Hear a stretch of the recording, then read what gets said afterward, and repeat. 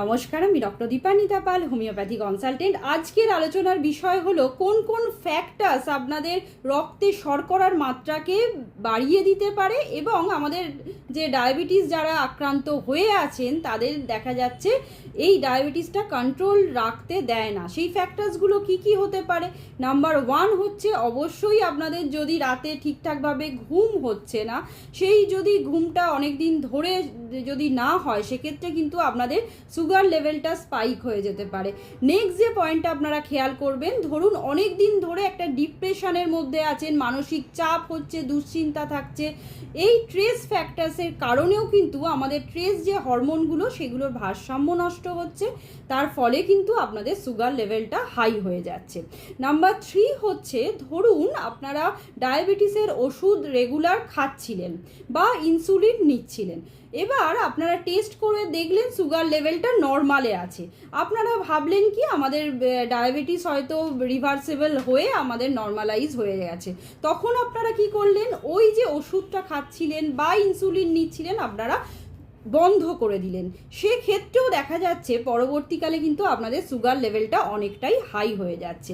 Next যে পয়েন্টটা, আমাদের দৈনন্দিন যে জীবনে দেখা যাচ্ছে অনেকেই যে সুগারি ফুড বেশি খেয়ে নিচ্ছেন, কার্বোহাইড্রেট জাতীয় খাবার খেয়ে নিচ্ছেন বা কোল্ড ড্রিঙ্কস বেশি পরিমাণে খাচ্ছেন বা যে প্যাকেটজাত যে ফ্রুট জুস সেগুলো যদি বেশি পরিমাণে খেয়ে থাকেন তাহলে কিন্তু আপনাদের সুগার লেভেলটা স্পাইক করতে পারে।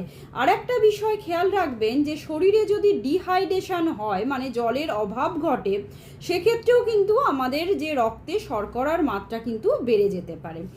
এবং আর একটা বিষয় আমি বলবো, সেটা হচ্ছে ধরুন আপনারা সিডেন্টারি লাইফস্টাইল ডিল করছেন, সেক্ষেত্রে আপনারা কি করছেন, আপনারা শুয়ে বসে কাটাচ্ছেন, কোনো শারীরিক পরিশ্রম করছেন না, অথচ খাবার খেয়ে যাচ্ছেন, সেক্ষেত্রে কিন্তু আপনাদের সুগার লেভেলটা কিন্তু একদমই নিয়ন্ত্রণে আপনারা রাখতে পারবেন না।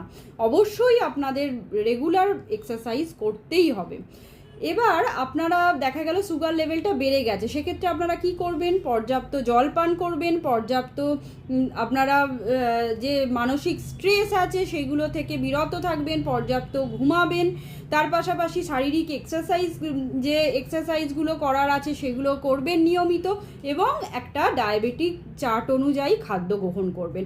তাহলেই দেখবেন যে রক্তে সুগারের লেভেলটা আস্তে আস্তে কমে যাচ্ছে।